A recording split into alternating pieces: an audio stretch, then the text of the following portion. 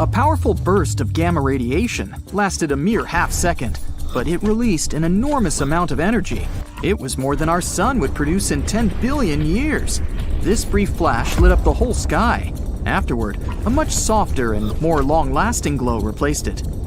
Astronomers examined the phenomenon with X-ray, radio, optical, and infrared waves. It turned out that people had finally seen a newborn magnetar for the first time ever. It was likely formed after two neutron stars had merged. It resulted in a kilonova, one of the brightest and largest stellar blasts. Its light finally reached our planet on May 22, 2020. Imagine a massive star, at least 5 times the mass of our sun, reaching the end of its life. It might be because it's run out of its nuclear fuel. If it happens, the star starts to cool off. The pressure inside drops, and the gravity starts to squeeze inward. And then, more than 1 million times the mass of our planet collapses within 15 seconds. It happens so fast that an enormous shock wave causes the outer part of the star to blow up. It produces a blinding burst of light. This powerful blast is called a supernova. What's left behind is an incredibly dense core with a huge cloud of hot gas, called a nebula, expanding around it. If the star has been massive enough, more than 10 times the size of the sun, it's likely to turn into a black hole. If not, it turns into a neutron star. It's basically a giant nucleus, the central part of an atom. These stars are mostly made up of neutrons and are rarely larger than 20 miles across. For comparison, our sun is almost 865,000 miles across, which is 109 Earths put side by side. But don't let this relatively tiny size fool you. Any neutron star is at least 1.5 times heavier than our sun and has an intense magnetic field. If you scooped just a teaspoon of this star's insides, this matter would weigh more than 1 billion tons. It's so dense that it makes neutron stars some of the most extreme objects people know about. The next stop is the black hole itself. When two neutron stars merge, they most often create a new, much heavier one. Within milliseconds, or even less, this star collapses into a black hole. But the astronomers who examined the flash of light recorded in March think there might be another outcome. They're almost sure they saw something never observed before: the birth of a magnetar. That's a rare form of a neutron star with an ultra-strong magnetic field. It's 1,000 trillion times stronger than our planet's. This field is also so powerful, it heats the star's surface up to 18 million degrees Fahrenheit. To put it simply, magnetars are the most powerful magnets in the universe. Their magnetic fields can seriously mess with the neighborhood. Atoms, unlucky enough to get close to such a star, get stretched into pencil-thin lines. If you somehow found yourself several hundred miles away from a magnetar, it would end badly for you. The magnetic field would first disrupt your bioelectricity. It means that your nerve impulses wouldn't work anymore. Even your molecules would change under the influence of the star's field. In the end, you'd pretty much vanish. If a magnetar flew within 100,000 miles from our planet, it would wipe out all the data on every single credit card in the world. Have you ever wondered how the world will go down in flames? Will it be due to zombies, extraterrestrial civilizations, or AI taking over? Nah, turns out it might actually be mosquitoes and scientists causing the chaos. It's funny how things created by nature aren't as threatening as the stuff that doesn't exist naturally. And you know what's on that list? Editing the DNA genome. Experiments with the genetic structure of living organisms can produce completely new species, and no one knows how nature will react to them. Let's look at an example of gene drive. So it all started with malaria mosquitoes. To somehow stop the growth of their population and prevent the spread of malaria, scientists created a gene that magically made mosquitoes only have male offspring. Several insects with this gene transmitted it to others during the mating season, and thus spread infertility.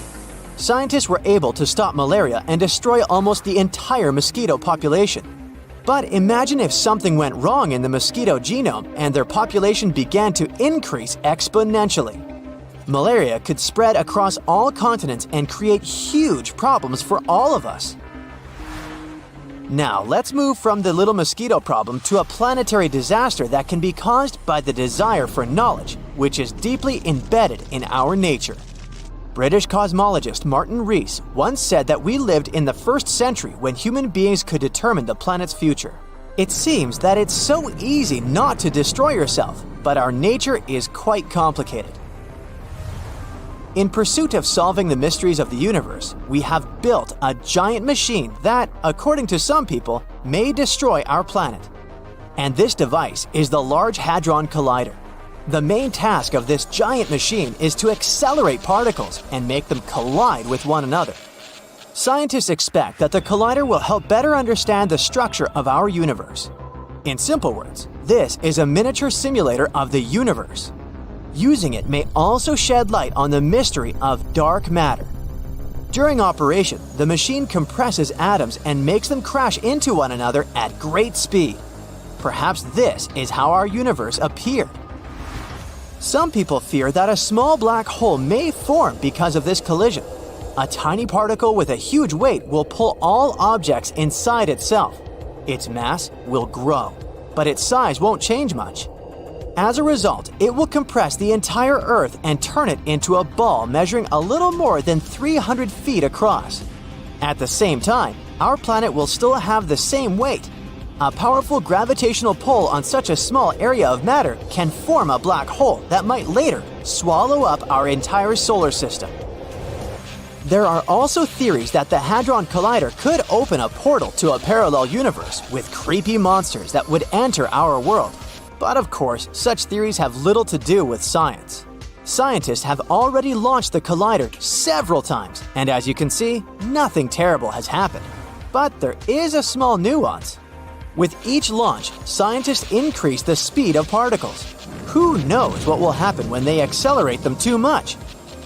According to Martin Rees, the probability that Earth will become a black hole is very, very small. Particles with a much larger energy charge fly in space faster than in the Hadron Collider, and nothing catastrophic happens. Okay, now let's go back to our genomic games to see what else can happen if we continue experimenting with nature. The main problem might be an imbalance in ecosystems. In the 19th century, sailors accidentally brought mice to Gough Island in the South Atlantic Ocean. Rodents had no dangerous enemies there, so their population began to grow. Mice began to displace dozens of birds from their home. The rodents attacked the chicks and reduced the population of entire species. Trying to save the birds, scientists decided to get rid of the mice, but these little creatures still managed to survive. As a result, the balance of the whole ecosystem was disrupted. Using gene drive to get rid of one species can lead to uncontrolled population growth of another. Imagine that malaria mosquitoes controlled the population of some flies.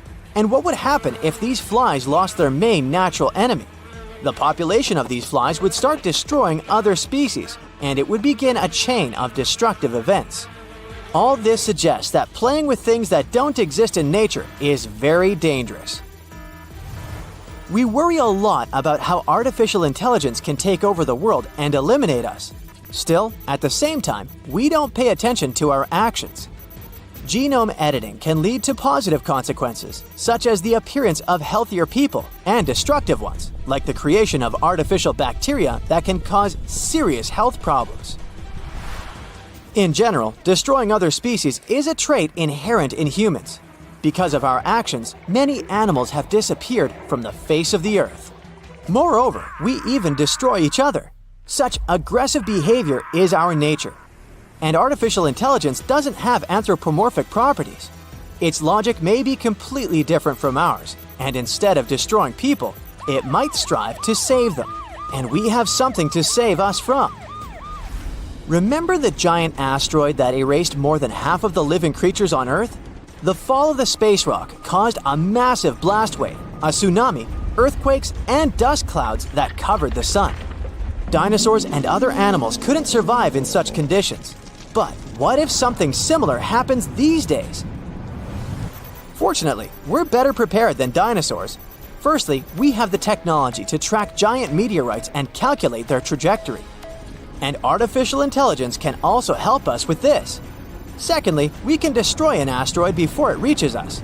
several powerful rockets will quickly deal with any space rock and turn it into cosmic dust. Moreover, we will know in advance about its approach.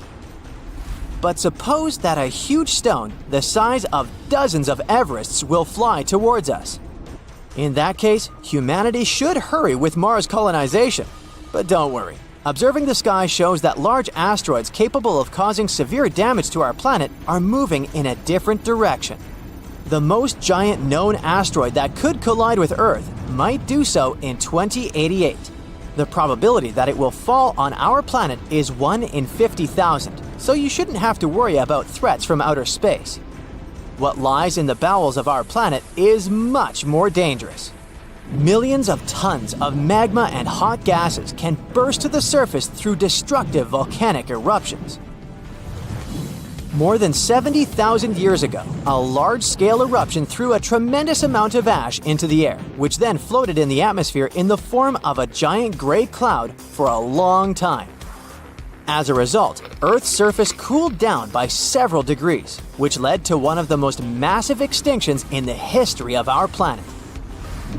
Some eruptions happen not only inside volcanoes. There's such a thing as flood basalt. A colossal magma bubble accumulates under a vast area and begins to seep through faults in different parts. Magma slowly goes out there for many years and destroys all living things around. And the worst thing about this situation is that we can't do anything about it.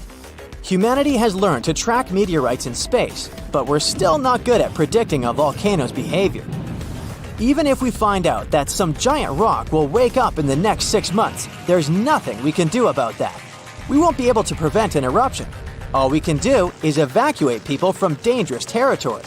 We have no protection against earthquakes, and even more so, we can't stop the emission of ash into the atmosphere. It's possible that artificial intelligence will help us with this in the future, but right now, we're powerless. As you can see, there are several options for the end of the world for humanity, and they're all slightly different from those imposed by pop culture and the media. In the end, is it right to look for threats from space or artificial intelligence? The protective shield of our planet decays and eventually fails. So do our satellites. First, communication satellites in the highest orbits go down. Next, astronauts in low Earth orbit can no longer contact their mission control center. And finally, hazardous, relentless cosmic rays start bombarding everything on Earth, causing havoc and devastation. Are these the terrifying consequences of the planet's magnetic field reversal we're going to face? Right now, as you're watching this video, Earth's north magnetic pole is extremely out of whack. It's so serious that scientists will have to update the global magnetic field model released a mere 4 years ago. Does it all mean that the magnetic pole of our planet will flip soon? Well, be patient, we'll figure it out a bit later. You see, the magnetic pole is moving quite erratically from the Canadian Arctic towards Siberia, and these movements are very unpredictable. But it's normal for the pole to be moving. There are long-term records from London and Paris that prove that the North Magnetic Pole moves randomly around the rotational North Pole over periods of several hundred years.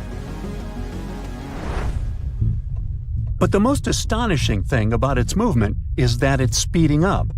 Around the mid-1990s, the magnetic pole unexpectedly accelerated from a bit over 9 miles to 34 miles a year. And recently, the pole crossed the international date line, moving toward the eastern hemisphere. The European Space Agency launched extremely accurate magnetic field satellites in 2013. Thanks to them, researchers have superb data they can use not only to make magnetic field maps, but also to update them every 6 to 12 months.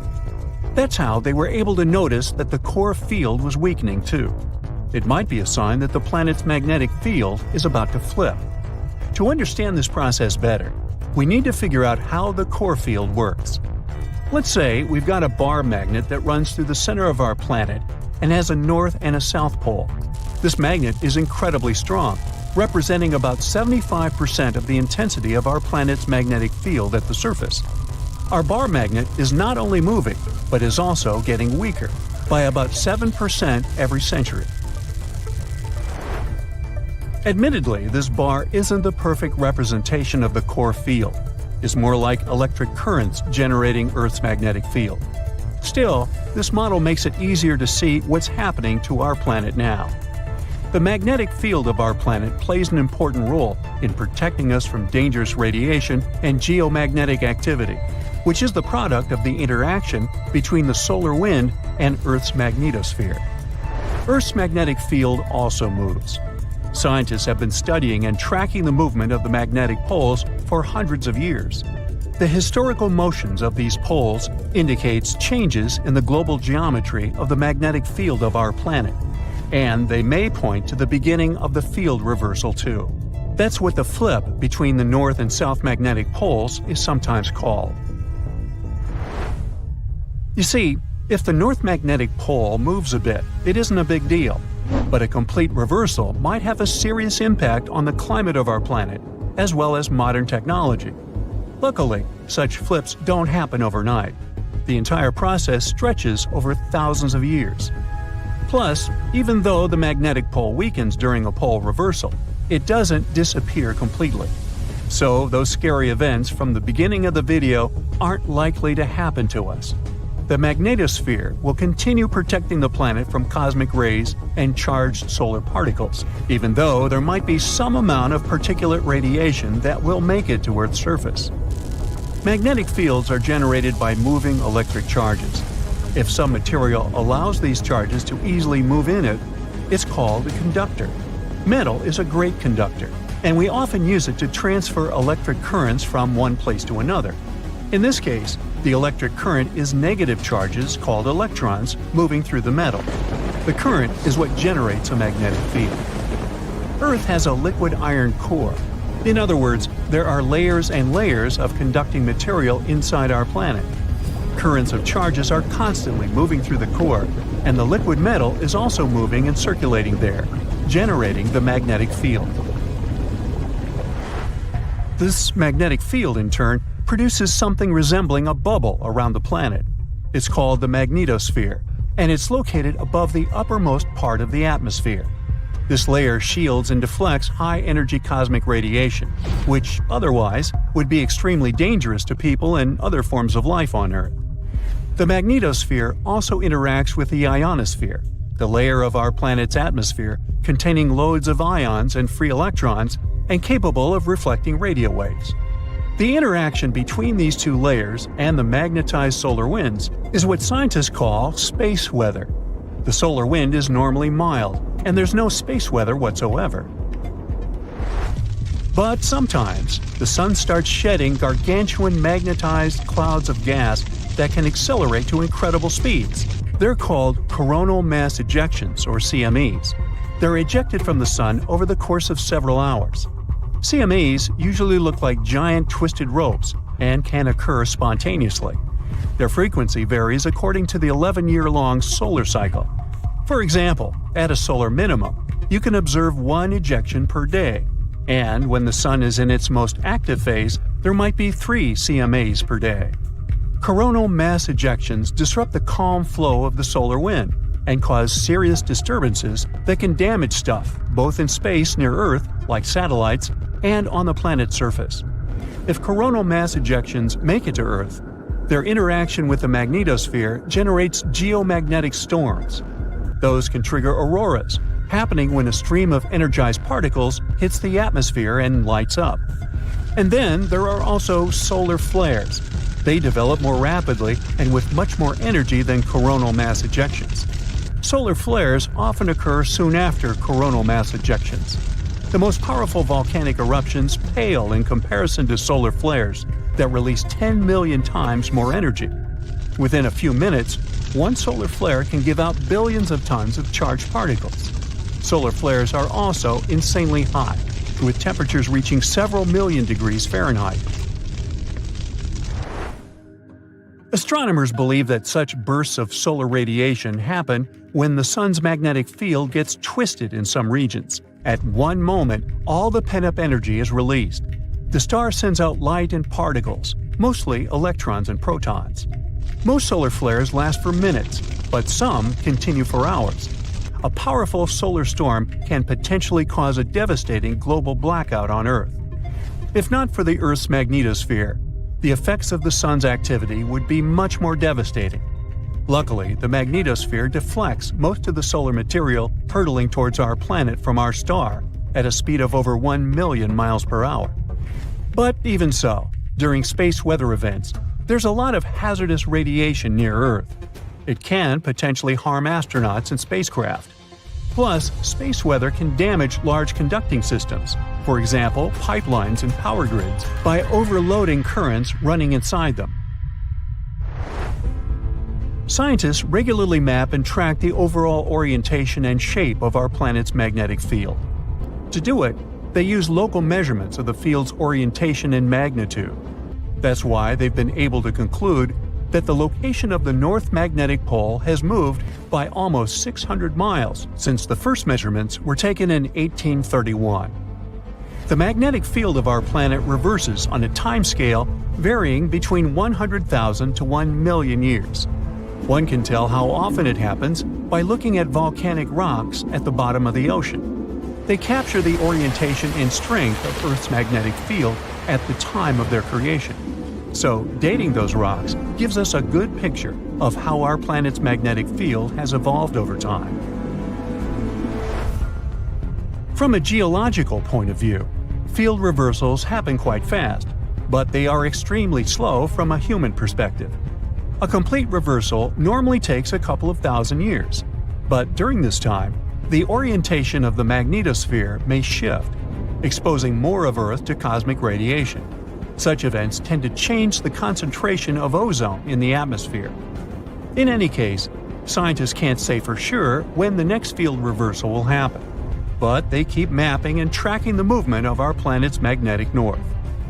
By the way, the Earth isn't the only planet with a magnetic field. Gas giants, like Jupiter, also have a conducting metallic hydrogen layer that generates their magnetic fields. Jupiter's internal magnetic field prevents the solar wind from interacting directly with the planet's atmosphere. For decades now, scientists have been discovering new planets outside our solar system. By 2023, we've found more than 5,000 of them, and many of these exoplanets could potentially even have life. Now, if you're ready for a wild ride through space, let's find out what potentially habitable planets we've discovered in the last few years. LP890-9b and LP890-9c. Buckle up because we're heading to LP890-9. A red dwarf star located a whopping 105 light-years away from Earth. This star is quite cool compared to our Sun, in terms of temperature, of course. It has a temperature of about 4,700 degrees Fahrenheit. Now, this little guy may be small, but it's packed with surprises. For example, 2 exoplanets orbiting around it. Moreover, both of these planets are likely terrestrial, meaning they are rocky, just like Earth. First up, we have LP90-9b, which was discovered in 2022 using the TESS telescope and later confirmed by the Speculoos telescope. This planet is a super-Earth, weighing in at about 13 times the mass of our own planet. It's also slightly bigger than Earth, with a radius about 1.3 times larger. And if you thought Mercury's orbit around the Sun was quick, just wait until you hear about LP890-9b. It takes about 3 days to complete one lap around its star. Imagine falling asleep in freezing winter and waking up in hot summer. But the real showstopper here is LP890-9c. This one was discovered by the Speculoos telescope. It's a bit further out from the star and takes a leisurely 2.5 times longer to orbit than LP890-9b. It's also a bit larger than Earth. But its real claim to fame is its location within the habitable zone of its star. That means it could potentially have liquid water on its surface and a climate suitable for life. Now this planet becomes a prime candidate for studying its atmosphere using the James Webb Space Telescope. But hold on. It's not all sunshine and rainbows for LP890-9c. It's also really close to its star, meaning it's full of radiation that could potentially make it less habitable. And to top it off, it's tidally locked, just like our moon. That means one side of the planet is always facing the star and is incredibly hot, while the other is always in the dark and really cold. Scientific models suggest that this planet could be more like Venus in terms of its atmosphere and climate. And Venus isn't known for being human-friendly. But despite these challenges, LP890-9c is still a fascinating exoplanet worth studying further. Who knows what secrets it may hold? Let's move on to the next candidates. GJ1002b and GJ1002c.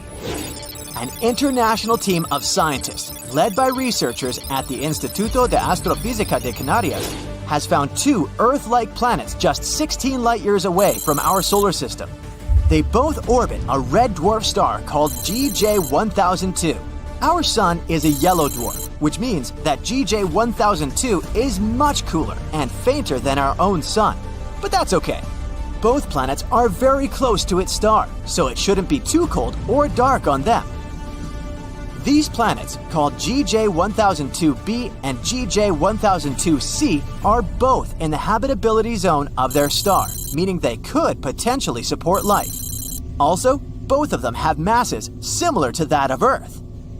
GJ1002b is the inner planet and takes about 10 days to orbit its star, while GJ1002c takes a little over 21 days. These planets are great candidates for studying their atmospheres and could even be targets for future missions to search for signs of life.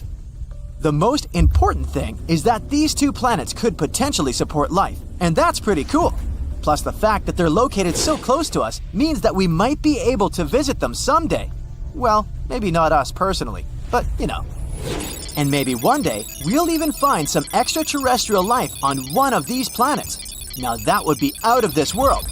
But moving on to the next one. Kepler 1649c. Kepler 1649c, also known as the Lost Exoplanet, was rediscovered in 2022 by scientists using data from NASA's Kepler spacecraft. This exoplanet is located about 300 light-years away from Earth and orbits a small, cool star called Kepler 1649. It's about the same size as Earth, and just like the previous ones, it's located in the habitable zone of its star. Initially, the data about this planet was discarded. A special computer program called RoboVetter, written to automatically sift through the volumes of Kepler data, labeled this candidate as a false positive. In other words, the program thought it was just some kind of an error or interference. Fortunately, the researchers double-checked such things, and when rechecking the data, they managed to rescue poor Kepler 1649c. Now we know that this is a terrestrial planet just like Earth, and if it really does contain water, there could even be life there. But don't pack your bags just yet. There are still many unknowns about Kepler 1649c. For example, we don't know what its atmosphere is like or what kind of surface it has. It's also possible that the planet is tidally locked, just like LP890-9c. That would be, unpleasant. That's why Kepler 1649c is definitely worth further study. Maybe it turns out to be a perfect place for us to set up a vacation home in the future. Just make sure to bring plenty of sunscreen since the planet is pretty close to its star and things could get pretty toasty. Kepler 1638b. This exoplanet is located about 5,000 light-years from Earth in the constellation Cygnus. It's also located in the habitable zone of its star. It was discovered in 2020 by the Kepler spacecraft through the process called transiting. They basically take a bunch of photos of the star at different times. After that, the programs analyze these photos and look for small spots and dots on them. These tiny dips in brightness may mean that a planet was passing by the star. Kepler 1638b is a bit of an oddball compared to most exoplanets we've found so far. It's about 4 times the mass of Earth and has a radius about 2 times that of Earth, making it a super-Earth exoplanet. Its orbital period is about 260 days, which is quite close to our Earth, and that's great. Finally, at least somewhere, winter and summer will flow normally. Kepler 1638b could have some liquid water there. That's why it's also a good candidate for further study, to see if it could potentially support life. Let's hope that we'll find out more about this planet in the future. And finally, the last one. Kepler 438b. Kepler 438b is an exoplanet located approximately 640 light-years away from Earth in the constellation Lyra. It was discovered in 2015 by the Kepler Space Telescope. One of the most interesting things about Kepler 438b is its size and location. It's about the same size as Earth and also orbits within the habitable zone of its star. But there are a few catches. For one, Kepler 438b orbits around a red dwarf star, which are known for their high levels of solar radiation and flare-ups. This could make the surface of the planet too hostile for life as we know it. In addition, Kepler 438b has a much shorter year, only around 35 Earth days long. This could lead to extreme temperature fluctuations on the planet's surface, but maybe it's home to some hardy extraterrestrial life forms that have adapted to its unique conditions. Or maybe not. Either way, it's definitely worth keeping an eye on. This is a small list of exoplanets that we've discovered in recent years. Now, with the use of new technologies, we'll be able to find new exoplanets much more often. Let's hope that at least a few of them will really be inhabited.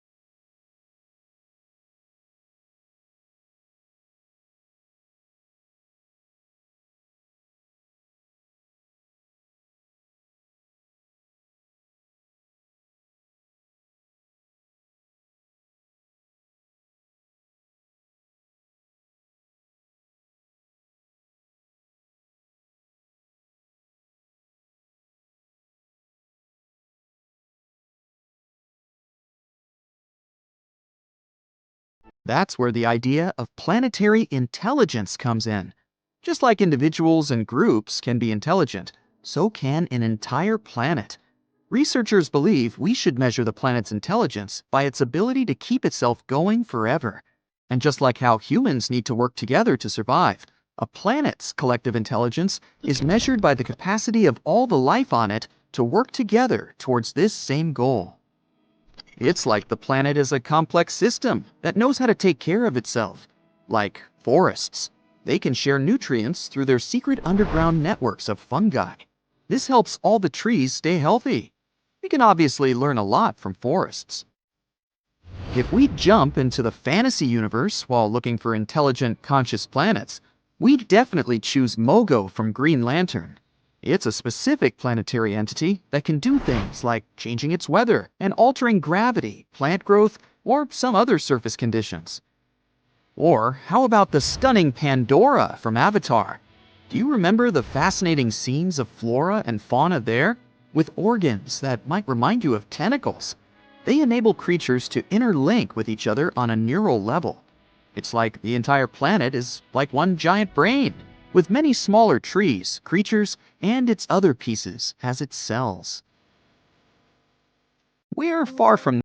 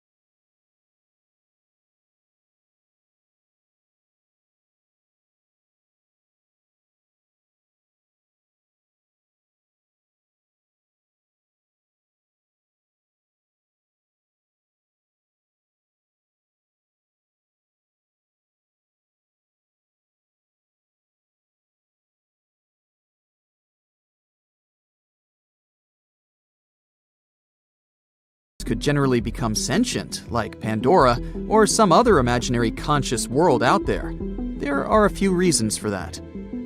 First, planets form based on how different materials like rocks, gases, and liquids gather around a new star. It's like you have a big family gathering where everyone brings different ingredients to make a delicious dish. And just like how these ingredients won't suddenly turn into a living being, the materials that make up a planet won't just turn into self-aware creatures. On Earth, after billions of years of complex chemical reactions, some molecules started to replicate themselves and carry information. That's how life on our planet began. And Earth is the only such example we have. Here's the second reason. Imagine you have a big garden where you plant a lot of mushrooms or bacteria, hoping they'll become really smart and help you take care of the garden. But mushrooms and bacteria don't have brains like we do. It's not like they need it anyway. Having a big brain is really expensive for animals too. It takes a lot of energy to keep it running. So, animals only become as smart as they need to be to survive and thrive in their environment. Dogs and cats are pretty smart because they need to be able to avoid danger and find food. They don't need human kind of intelligence for things like building houses, creating art, or inventing new technologies. So, it would be hard to bring all living beings and plants to the same level of intelligence. The third reason why it would be difficult for a planet to become sentient is the main rule of the animal kingdom. Life is all about survival of the fittest. Every creature is competing for resources like water, food, and space. But not only do different species compete against each other, but individuals within the same species also fight. Just think of how fiddler crabs fight for territory on the beach, or how wolf packs fight over prey. Or me, when I see an empty spot on a crowded beach. This kind of competition is not a good base for global cooperation. There are a couple of exceptions to this rule. For example, ants. They may not be the brightest creatures on the planet, but when they come together in colonies, they can achieve amazing things, like gathering food that's way bigger than them, building nests, raising young, and even farming. In fact, they act like a superorganism called a hive mind, where every ant works together towards a common goal. Insects like bees and ants are very altruistic and work together to ensure their queen reproduces. If one large ant colony took over our whole planet, it could act as a single mind and work towards the colony's and planet's interests until they run out of resources. But in reality, it's hard to imagine any organism, even a superorganism, could reach such a level of self-awareness and consciousness. Number 5. How could we keep in contact? When it comes to communication, ants use pheromones and humans use nerves. Both of these methods work well for small organisms, but when it comes to a giant planet-sized entity, it would be hard to make such communication fast and efficient. So, communication within a planet-sized entity would be much slower than what we have in our homes, like our computers or smartphones. Oh well, we'll just continue dreaming about Pandora. The only life that we are certain about so far in the entire universe is on planet Earth. Whether that life is intelligent is, let's say, arguable. But anyway, it's not surprising that we're tirelessly searching for life on other planets. So far, they've discovered more than 4,000 of them. But what's even cooler? NASA has compiled a new list of 24 planets that aren't just Earth-like, they're better. The conditions on them are so good that they're more comfortable than on our planet. So let's examine some of them. KOI 5715.01. Let's be coy, shall we? This wonderful planet is in the constellation Cygnus. And why is it so wonderful? Well, our sun is a yellow dwarf. And sorry, sun, even though you're not bad at supporting life, there are some stars that can do it better. Nothing personal. The planet KOI 5715.01 orbits near an orange dwarf. Orange dwarfs are stars slightly smaller than our sun and have a little lower luminosity. Did you like the alliteration there? Anyway, don't worry, it doesn't mean we're going to live in complete darkness. In fact, if the planet is found closer to the Sun and it has a thicker atmosphere, it may even be lighter and more colorful than on Earth. Now, our Sun has a very short lifespan. Right now, it has 7 to 8 billion years left to live, a little longer than Earth's age. But orange dwarfs can live from 45 to 70 billion years. This is great not only because we'll be able to hang out on this planet longer, but also because the planets around these stars have more time to form life. Now, ideally, we would need to find a planet next to an orange dwarf that is about 7 billion years old. It's very likely there will be at least some organisms there. Koi 571501 is about 5.5 billion years old. Yeah, it may not seem mature enough, but that's okay, neither do I. Our Earth is a billion years younger, and that didn't stop us. The planet is quite close to its star and is in a habitable zone. 1 year there lasts 190 days. Imagine going to elementary school and already getting a driver's license. It's almost 2 times larger than the Earth. The average temperature there is 52 degrees Fahrenheit, which is slightly less than ours, 57. But it mostly feels warmer there because strong gravity helps it hold on to heat in the atmosphere longer. It's a little too far away though, like 3,000 light-years from Earth, which is about 18 quadrillion miles. Yep, better bring a really big lunch with you. Koi 3010.01.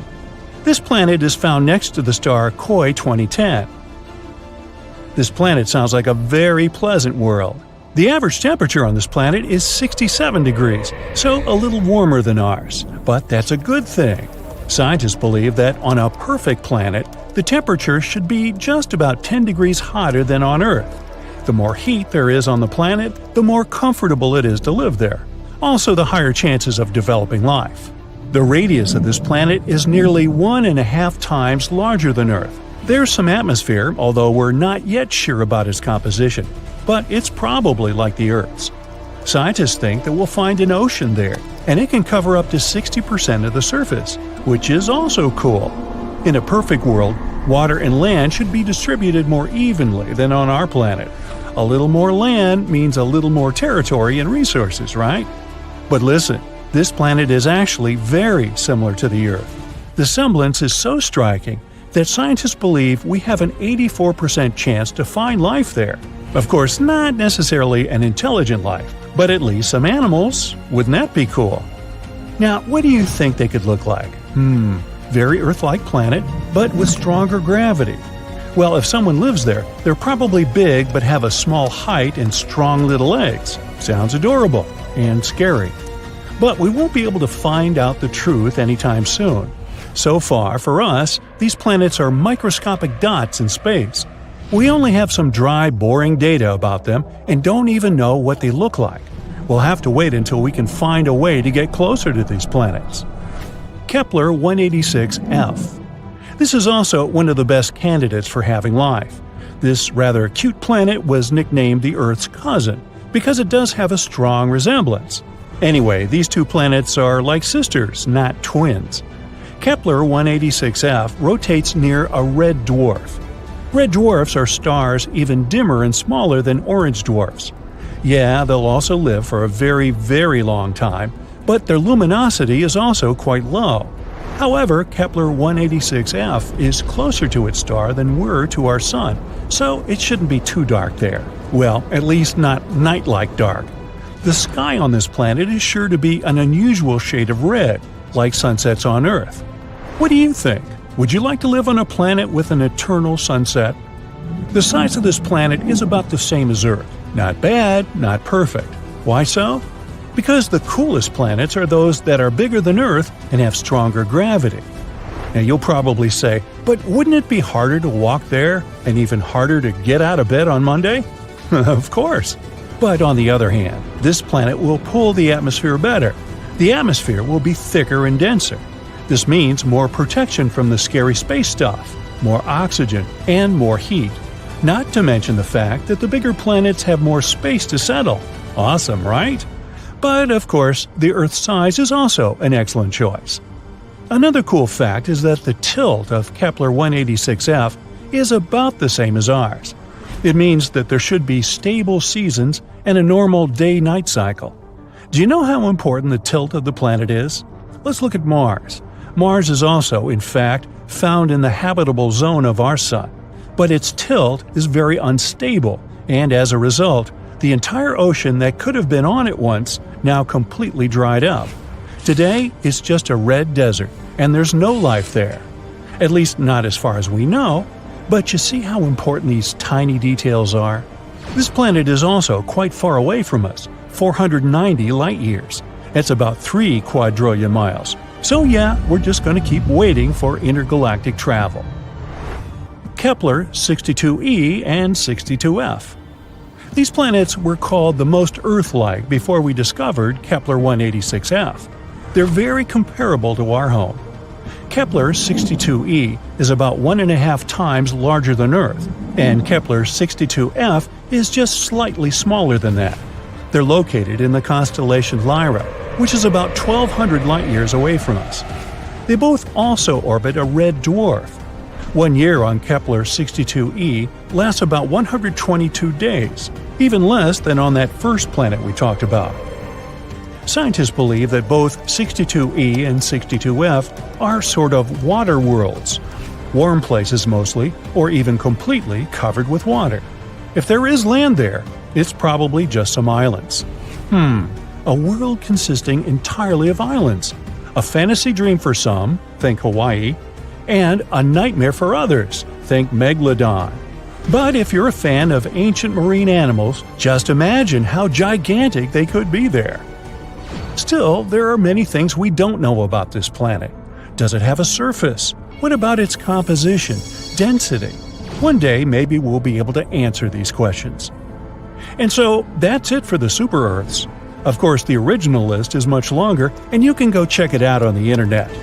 Now, the best thing about all this is that these are planets that are better than the Earth. But we also know thousands of other exoplanets that are just close enough to ours. And the odds are, a few of them have at least some form of life. But they're very, very far away, so we have no way to check it out right now. Perhaps, down the road, we'll find some cool creatures on many of them.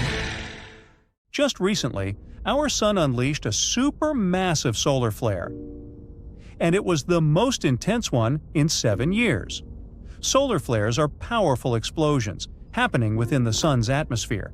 Intense bursts of radiation rising from the surface of our star.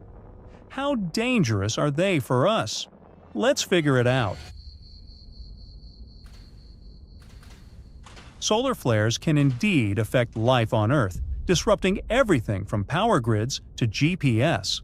They can have an impact on spacecraft and astronauts. They produce auroras, painting the sky with vibrant colors near our planet's poles, which is actually not a drawback but a very beautiful view. The most recent flare, part of a series of flares, was classified as an X6.3 event. This classification is based on the X-ray brightness of solar flares.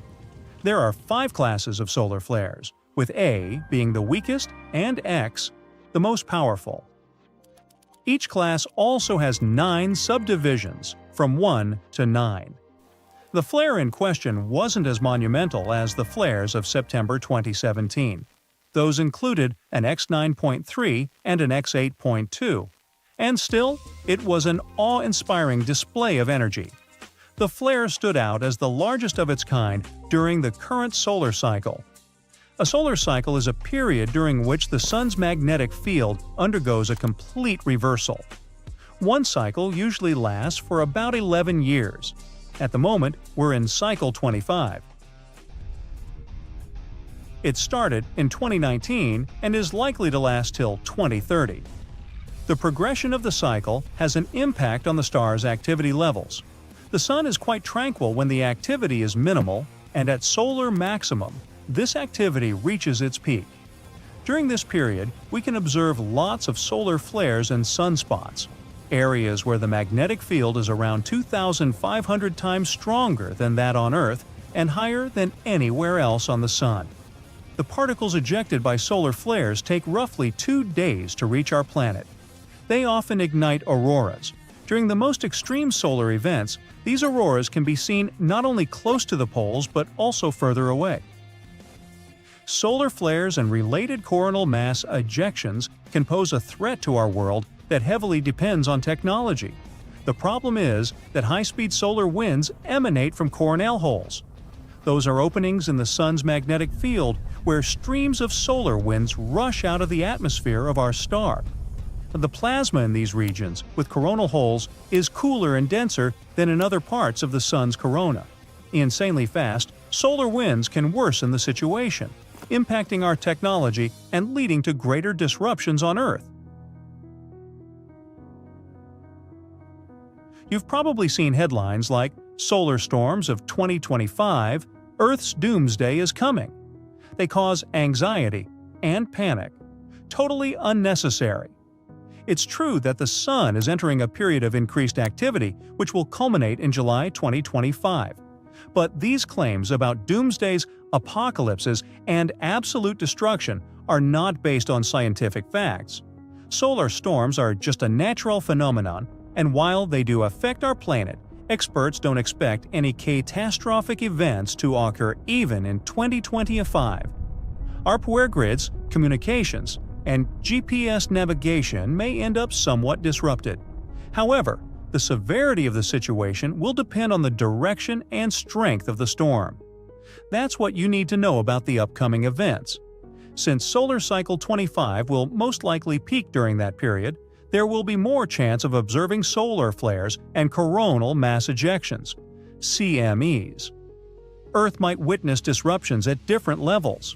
Solar flares will likely interfere with radio communications and GPS navigation. And CMEs, which impact Earth's magnetic field, may trigger geomagnetic storms, potentially leading to power outages and satellite damage. We should be aware of the potential consequences of these cosmic events and take precautions like having backup power sources. But it's crucial to avoid panic. NASA and NOAA, National Oceanic and Atmospheric Administration, regularly provide updates on space weather. They actively monitor the sun, and you can stay informed through reliable sources. Electronic satellites suddenly go out of control. There are voltage surges across the globe. In some places, there's a complete blackout. Scientists have little data on this incredible solar behavior, so we're still unable to accurately predict how or when exactly the next geomagnetic storm will happen. One such event took place back in July 2012, but thankfully it missed us. Not by far, though, by a mere 9 days. Just to give you a glimpse of what nearly happened, I need to explain some astronomical basics. A solar storm is a series of effects we feel here on Earth after certain events occur on the Sun. Our star is nothing more than a huge ball of molten gases that are constantly moving around, so these events happen more often than you'd think. For a solar storm to begin, our Sun needs to emit bursts of energy. They're in the form of solar flares and coronal mass ejections. These two phenomena send electrical charges and waves of magnetic fields toward the Earth at an astonishing speed of about 3 million miles per hour. When these solar storms reach our planet, we can see northern lights display in locations close to the Arctic Circle. But they can also mess up satellites or other types of electronic communications. Some of these solar storms can be dangerous, and back in 2012, we came close to experiencing a very powerful one that could have had a serious outcome. The most powerful in as much as 150-plus years, based on research done by astronomers. But how did we manage to escape it? Did we have something to do with it, or was it just a pure coincidence? What we do know is that one of those coronal mass ejections did hit the Earth's orbit in late July 2012. Our planet had already left that specific location as it was on its scheduled trajectory around the Sun. So you might be asking yourself at this point, what if it didn't miss us? Turns out these intense solar storms are dangerous to all sorts of technological objects. Given we are now literally surrounded by electric objects, from our phones to our cars, try to imagine what would happen if they all stopped working all of a sudden. And here's how they work. Solar storms start with an explosion, or a solar flare. Then X-rays and UV radiation travel to our Earth at the speed of light. Some of the side effects? Well, they can include radio blackouts and GPS navigation errors. The effects can continue as minutes, or at times hours later, energetic particles reach our atmosphere. They move only a bit slower than the speed of light, but they can electrically shock the Earth's satellites and damage their components. Lastly, about a day later, clouds of magnetized plasma reach us as well. They can cause huge power blackouts, more or less paralyzing everything with an electrical plug. We might not even be able to flush our toilets, since most water supplies in cities use electric pumps these days. The effects of these geomagnetic storms would be different around the world, though. Solar storms are curious by themselves, but why do they affect some locations on Earth more than others? Based on recent research, geology has a lot to do with it. But I need to take you back a bit to paint you the bigger picture. Buckle up, because we're taking a trip in the time machine to a time when the moon didn't even exist yet. 4.6 billion years ago, our solar system looked a lot different than it does now, and that's putting it lightly. Hundreds of new planets began to form around the new sun. Planets like our own Earth, Venus, or Mars were still hurtling around the cosmos.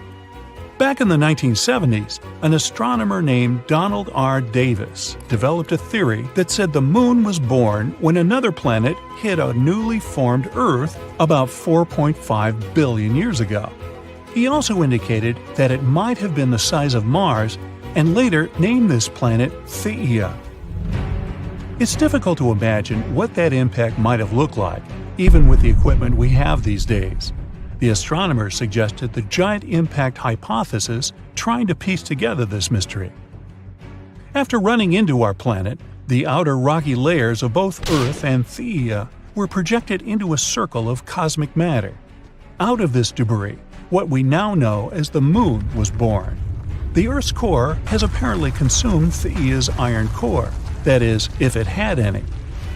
Our planet also got into the position it occupies today. This way, it became more susceptible to geomagnetic storms. Back then, there was little to no information as to what might have happened to Theia, apart from giving us our only natural satellite. It took several years for a series of scientists to come up with an exciting new idea that revolutionized what we knew about our planet. What was left out of Theia is hiding under two continent-sized layers of rock deep within our planet. This theory is also one of the only explanations for why the moon is so dry and doesn't have much of an iron core. But why is geology so important when it comes to geomagnetic storms? Well, that's because recent data revealed that the type of rocks below your feet can affect how well your city adapts after powerful geomagnetic storms. Some types of rock, like sedimentary rocks for example, generally have more space filled with water, which makes them electrically conductive. Other types of rocks are denser and have more resistance when it comes to electricity. Whenever such a storm happens, people living in the New England Highlands may have a higher risk of experiencing major disruptions. At the same time, those in the mid-Atlantic coastal plain have less to worry about, simply due to what's hidden beneath their cities. How did we know how scary these storms are? Well, this wasn't the first time it happened. Solar storms have dazzled the astronomer community for many years now. The most iconic event of this magnitude was the Carrington event, which happened way back in September 1859. It gave us a sneak peek of what the power of the sun is, to say the least. They named it after an English astronomer, Richard Carrington, who witnessed the solar flares himself. The power of that solar storm was something humans had never experienced before. The strong geomagnetic storm caused northern lights as far down south as the territory of Hawaii. On the morning of September 1, 1859, Richard Carrington made his way into his private observatory, located outside of London. He opened the observatory dome to have a complete view of the sky and directed his telescope to the location of the Sun. He saw a bunch of huge dark spots that gleamed on the surface of our star. Shortly enough, Carrington noticed two enigmatic areas, intensely bright and full of white light bursting out from the sunspots. They disappeared 5 minutes later, but the effects carried on all across the Earth's surface. At first, later in the night, telegraph communications all around the world started to malfunction. Flashes of light started to burst from telegraph machines, disturbing the operators and even setting papers on fire. Brightly colored auroras started to appear in the nighttime skies all over the world, making confused birds chirp at night. Some people even began their daily activities, since they mistakenly thought the day had already begun. These days, our planet is laced with a mega information web, so the impact of such a solar storm would be even messier. Back in the 1800s, the telegraph system was just starting out, but this Victorian internet was an important way of sending news and private messages. Even in the United States, telegraph operators had noticed local interruptions because of thunderstorms and northern lights before. But the Carrington event and its effects were something they had never seen before.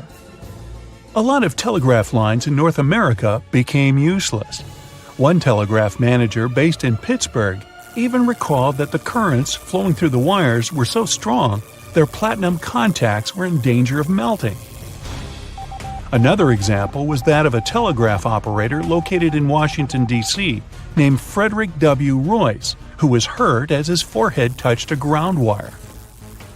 Samples taken from the Earth's icy locations tell us that the Carrington effect was twice as big as any other solar storm experienced in the last 500 years. It's very difficult to imagine what the impact of a storm of that magnitude might be today. But based on a 2008 report drafted by the National Academy of Sciences, it might cost us between $1 trillion and $2 trillion in damages. There are things we can do individually to help reduce the amount of damage, though, like buying a generator or installing a backup energy supply. This can be either a solar panel or a wind turbine. More so, we can equip our houses with surge protectors that connect to our electrical panels and can save us from lightning and other power surges. The simplest solution of them all? Just unplug all the devices you're not using at any particular moment. If they aren't connected to a power source, they can't be affected by any surges. Let's cut the Earth in half. You can see all of its layers. Here's the inner core.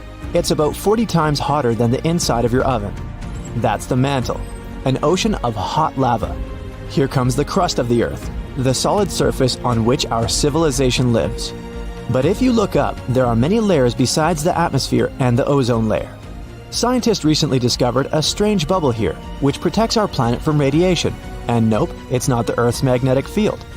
This bubble is made of radio waves. Our planet grows like a Christmas tree in the radio spectrum.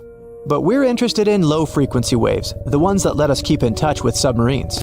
So, radio waves are like light waves, or regular ocean waves. Look at this one. The distance between the two peaks is the wavelength, and the number of these waves over a period of time is the frequency. For example, there are 10 waves in this interval of 1 second. So, can you guess the frequency of this wave? Yep, it's 10 Hertz. Cell phones use waves with a frequency of 300 to 3000 megahertz. So, add 6 more zeros to that number. But waves of that frequency don't penetrate barriers well. Think of how you lose your cell phone connection when you're driving through a tunnel. That's because there is metal inside. It's a conductive material that weakens the radio waves a lot. Salt water is also a kind of conductor. So, if the submarine is deep enough, the thick layer of water weakens the signal, and we lose communication.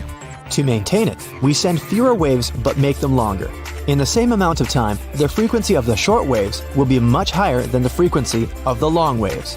That's why they're called very low frequency waves. But, as it turns out, these waves travel all over the Earth and even into space. This is where things get interesting. The waves collide with particles of radiation from the sun. We think of the sun as a friendly giant giving us light and heat, but it actually emits a lot of harmful radiation. Each flare, or the electrical discharge of material on our home star, causes an even greater burst of radiation. These particles fly to our planet, just as radio waves do. They travel 93 million miles from the Sun to Earth in 8 minutes and crash into our bubble, which acts as a shield. Basically, radiation particles from the Sun accumulate in the radiation belts around the Earth. Our planet's magnetic field traps them, and a recently discovered bubble of very low-frequency waves lies right below this radiation belt. It helps us repel some of the harmful emissions. Analysis of old studies confirmed that the radiation belts used to be much lower and closer to Earth. But when our civilization began to use radio actively, our waves raised that belt higher. No one expected such an effect from simple radio waves, but it'll give us a way to protect astronauts in the future. When you're on Earth, its magnetic field keeps you safe from radiation. You can physically see it when charged solar wind particles make the air particles at the poles of our planet glow. This is an aurora. Next time you admire this beauty, know that it's actually the Earth saving you from some extremely harmful rays. But if you're outside the Earth's magnetic field, somewhere in space, I have bad news for you. Nothing protects you there. This is a big problem for astronauts who spend months on the International Space Station. Perhaps scientists will learn to create protective bubbles of very low frequency waves around space stations and spacecraft. The same is true for other planets. We're probably going to colonize Mars. There is no magnetic field there, and nothing can protect you from radiation. But if you create an artificial bubble there, you can reduce the harmful radiation. Another invisible bubble protecting us is the atmosphere. It's like a layer cake or an onion. Each level of the atmosphere has its own properties. The lowest layer that we live in is the troposphere. This layer contains 80% of the weight of all the air on the planet. It's also the main place where water vapor lives. And this is where the machine called weather works. The sun sends rays of energy to the Earth. Our planet's surface reflects them and heats the air in the troposphere. This makes it move and change places with the cold air, so all the wind, cyclones, storms, and tornadoes only happen in the troposphere, up to about 7.5 miles high. That's why commercial planes fly at an altitude of around 6 miles. The wind or other bad weather conditions hardly affect this area, and the air here is not as dense as it is down on Earth. Flying 1 mile above sea level is like moving through a biscuit. It's hard, but at a 6-mile altitude, flying feels like moving through light whipped cream. The plane almost feels no resistance, so it's a win-win. They save fuel and keep the passengers safe. A couple of significant downsides are that it's very cold and you can't breathe there. It's cold because there are very few air molecules to absorb heat from the ground and transfer it to each other. You wouldn't be able to breathe here for the same reason. That's why planes are equipped with oxygen masks, just in case. Let's go a little here. This is the stratosphere. There's even fewer air molecules up here, and that's where the weather probes fly. They're the kind of small balloons with computers people use to predict the weather. This part of the atmosphere also contains the well-known ozone layer. This is our shield against harmful ultraviolet radiation. Ozone is almost the same as oxygen, except it has 3 atoms in it. When harmful ultraviolet rays enter our atmosphere, they crash into the O3 molecule. The ray breaks the molecule into O2 and another oxygen atom. The ray itself is converted into heat, but the ozone regenerates quickly. A single oxygen atom joins the O2, and the ozone molecule is ready to protect us again. It's the invisible shield that protects us from radiation. It gave birth to all life on Earth. As our civilization developed, we started to emit freon gas into the atmosphere. We used to fill our old refrigerators with it. A single chlorine atom would detach from a freon molecule when in the air, and then it would bind a single oxygen atom. Now, the ozone can't regenerate like it used to. Fortunately, we banned the use of such harmful gases, and the ozone layer began to regenerate. Scientists expect it to fully recover in the middle of the 21st century. The stratosphere ends at about 31 miles. The next layer is the mesosphere, the coldest of them all. On average, it's about -140 degrees Fahrenheit. That's 5 times colder than your freezer. This is the layer of the atmosphere where incoming meteors start to ignite because of friction in the air. Then they will eventually burn up completely. The air here is too thin for airplanes or balloons to fly, but it's still too dense for satellites. So, this layer of the atmosphere is not well studied.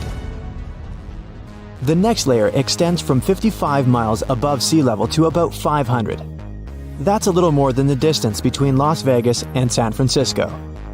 Kármán line is situated in this layer of the atmosphere. This is the boundary between our planet and space.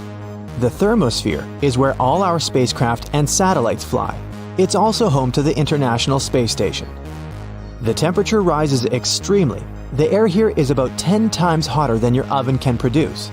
It's all due to solar activity. But you would never be able to feel this heat. The air molecules that carry the heat here are so small that you would literally float between them. Imagine a giant pool with only 3 drops of water. That's the thermosphere. And the highest layer of our atmosphere is the exosphere. This is the widest layer of our air bubble. Scientists believe its boundaries are about halfway to the moon at 120,000 miles. This is the point where the pressure of solar radiation begins to exceed the Earth's gravity. It's still part of our atmosphere. This means that astronauts who went on various space missions and have been on the ISS have actually never left the Earth's atmosphere. Ah, beautiful! You're walking with your friend and look up at the sky. The sun looks a bit different today, like it has some kind of ring around it, a rainbow type thing. Huh? Hey, look at that! Your friend pulls his head up out of his phone. You shouldn't look directly into the… Stop everything, he says. It's a sun halo. We need to find shelter now, unless you have the world's biggest umbrella on you. A sun's halo is nature's sign that there's a snow or rainstorm on its way. It's caused by clouds that are made of bazillions of small ice crystals flying around 20,000 feet. Sunlight goes through those crystals, which causes the light to split and refract, like when there's a rainbow. Now, don't look at the sun halo directly. It's going to be tempting because it's not something you see every day. Plus, it's really beautiful. But ultraviolet light can burn the exposed tissue of your retina and cause serious damage. So, not worth it. Grab some sunglasses and you're good to go. This phenomenon lasts about 40 minutes. These clouds are the same ones that can cause a spooky ring around the moon at night sometimes. Nature sends early signs of disasters in many ways. J-shaped trees means there's a landslide coming. Since the ground is moving slowly, the trees grow into the super-selfiable shape. Try to find a flat area and avoid going near any trees, unless you have superhuman strength. You're on a nice walk on the beach. Sand, sun, not a cloud in the sky. Then, out of nowhere, you see the ocean going back away from the shore. Suddenly, you can even see bits of coral, small fish, and other random small sea animals. That's a good sign to leave. There might be a tsunami on the way. A tsunami is formed when there's an earthquake underwater, and it can hit the coast at 500 miles per hour. It's mostly a Pacific Ocean thing, but why risk it? If there's a channel of choppy water on the beach, stay away. There might be a rip current under the surface that can be extremely dangerous. Sometimes waves hit the shore in a weird way, which forms these rip currents. You might see a strange gap in the waves, or you might notice random bits of seaweed going in all different directions. If you don't ever find yourself caught in a rip current, try to stay afloat and don't waste your energy swimming against the current. Yell out for help and try to float your way along the beach. Once you break out of the channel, swim diagonally to the shore.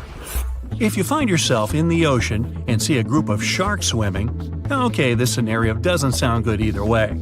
Well, the good news is they're not necessarily coming for you. The bad news? The sharks might be trying to escape from a huge tropical storm or even a hurricane. Sharks can sense these things, so when nature gets angry, they group together and swim deep under the surface to get to safety. You probably shouldn't follow them. Good luck! The golden rule since ancient times: follow the animals. Insects, rats, and snakes leave their homes a couple of days before really big earthquakes. Scientists can't track or really explain how they know it's coming. It seems animals really can sense earthquakes. Maybe because they feel those smaller initial shock waves that we don't even notice. What if you see animals running towards you? Well, that could mean you're about to get eaten for breakfast. Or it means there's a wildfire behind them. Amphibians like frogs, toads, and salamanders try to protect themselves by burrowing down into the ground. Others just run. Before you start running alongside them, check to see if you can see smoke. You don't want to sprint flat out for nothing. Well, it's not just animals. We can spot warning signs too. For example, if you notice your hair suddenly starts to stand on end and your jewelry starts to buzz, take shelter right away. Lightning might be about to strike somewhere nearby. If you're outside and can't run into a house, make sure not to stand near any tall structures. Lie flat on the ground. Be near water. Seek shelter under an isolated tree or stand in an open space. And don't stand on top of the Empire State Building. That thing gets zapped hundreds of times a year. Do you like skiing? It's all fun and games until all you can see is white. Avalanches can move up to 80 miles an hour, so watch for some warning signs. Does it feel hollow when you walk in the snow? Are there cracks around your feet? Can you see a huge avalanche coming? Time to go! Sometimes a storm mixes its blue light with the red light from the sun, and you get a pretty impressive green. Enjoy it from a safe distance, preferably indoors. This super tall thundercloud usually means you're about to get smashed by hail, or worse, a tornado. Find cover somewhere, like in an underground parking lot or a basement. It might be a bit embarrassing if you're wrong, though. Okay, we know volcanoes can be dangerous, but the lakes near them? Is anything not a sign of danger? Lakes that are near something boiling hot that never cools, so volcanoes, are like wildly shaken soda cans, just about to burst. The magma that's underground actually pushes carbon dioxide into the bottom of the lake, and that gas stays there, waiting. Then, even something boring like rain can disturb the lake a little too much and bam, or boom! You get the picture. Diving, swimming, snorkeling, the sea can be amazing, but it's pretty unpredictable. When two wave currents run into each other, they can create a cross sea. It looks pretty cool from far away, but it can be really dangerous for swimmers, surfers, or even ships. There's a strong current roaming around under the surface. You're walking on the beach, apparently every good story starts like this, and all of a sudden, woo, a cave. How cool is this? You should probably go in there, explore a bit, and no. If there's a full moon out, you might not be able to get out of that cave. A full moon affects the tide and makes it lower than usual. That cave might be more accessible, but instead of an exciting adventure, you could end up trapped in there until the next full moon. Bring a big lunch. A wall cloud is one of those things you're both excited and scared to see. Scared because you don't know what it is. Excited because, well, how often do you see something like that? Whatever you feel, tell your legs to start running. During a thunderstorm, these wall clouds sit lower than anything else and can be up to 5 miles long. And if they start spinning, well, Dorothy ended up in Oz. Who knows where you'll end up? It's 2009 in Italy. A man was hanging out in his kitchen. Then he saw some flickering lights. He knew just what to do. He moved his family to a safe place. A couple of seconds later, a massive earthquake hit the whole region. His family survived thanks to his quick reaction. He knew these flickering lights were actually a sign of an upcoming earthquake. People have been seeing these mysterious lights for ages. Some thought it was some kind of sign coming from space. Scientists never used to take them seriously, but after the invention of photography, more and more evidence of these strange lights appeared. Soon, they realized the connection. The lights appear, and pretty soon, the earthquake hits. After a bit of digging around, they actually found some records of these earthquake lights from hundreds of years ago. There were bluish flames coming out of the ground right before an earthquake. Ooh, creepy. Oh, ocean, come on, not you again. Okay, but just one more. If you see the oceans turned all reddish-brown, don't go in the water or anywhere near it. This red tide is caused by toxic algae. and is something you can find all over the world. That toxic algae can be there even if the ocean's a normal color. Getting that stuff all over you can cause some health issues. Rinse yourself off in fresh water as fast as you can. You know, they even wrote a holiday song about it. Algae Home for Christmas. No, really. Our solar system is full of mysterious objects that come from, well, everywhere. In October 2017, researchers in Hawaii spotted a mysterious thing that they dubbed Oumuamua. This means a visitor from a faraway land in Hawaiian, or that's a really big cow. It followed an escape orbit. It literally escaped from its planet's gravitational pull, like throwing a ball into space, never to return. This meant that this weird thing arrived from somewhere outside of our solar system. There were tons of theories about what it was, from a simple asteroid to an extraterrestrial spacecraft. Scientists even thought it was a chunk of nitrogen ice from a Pluto-like planet. Its strange shape only added to the mystery. The big changes in the light curves showed that this thing could be either elongated like a tube or more flat like a pancake. This thing was unlike anything we've seen before. Oumuamua didn't behave exactly like a comet or an asteroid. Comets are icy and form bright tails when they pass near the sun, while asteroids are basically just rocks and don't form tails. Oumuamua has no tail and doesn't release gas, like me. But it's not your average rock either. Its surface is very shiny, almost like polished metal. When it passed by the sun, it sped up, like it had a rocket on it. And it wasn't the sun's gravity that gave Oumuamua the sudden boost. Scientists aren't sure what caused it. So what in the world was that thing? After years of study, scientists now think that Oumuamua is probably a comet with frozen hydrogen on its surface. This hydrogen reacted with sunlight, speeding up the comet and changing its path. Oumuamua likely got all that hydrogen from being exposed to tons of cosmic rays for a long time. It got some nice red tint from them as well. Oumuamua was a visitor from a young, chaotic solar system where collisions and migrations happen all the time. Such systems often toss many small objects around. It might have been pushed out by a planet like Jupiter, whose gravity is so insanely strong that it can fling huge things into outer space. The same thing often happens with comets here. Oumuamua already left our solar system, although similar objects visit us sometimes, about once per year. To learn more about these mysterious guests, astronomers plan to send a probe to chase Oumuamua. We'll use Earth's and Jupiter's orbits to slingshot it fast enough to catch up with the comet. But some of the unexpected visitors stayed a bit longer. In October 2019, NASA's Hubble Space Telescope took a picture of a bluish comet trailing dust and gas. It was already in the solar system at the time, around 260 million miles away from Earth, somewhere between Mars and Jupiter. We saw the glowing dust surrounding it, but we couldn't yet see its nucleus, since it's way too small. Well, small is relative here.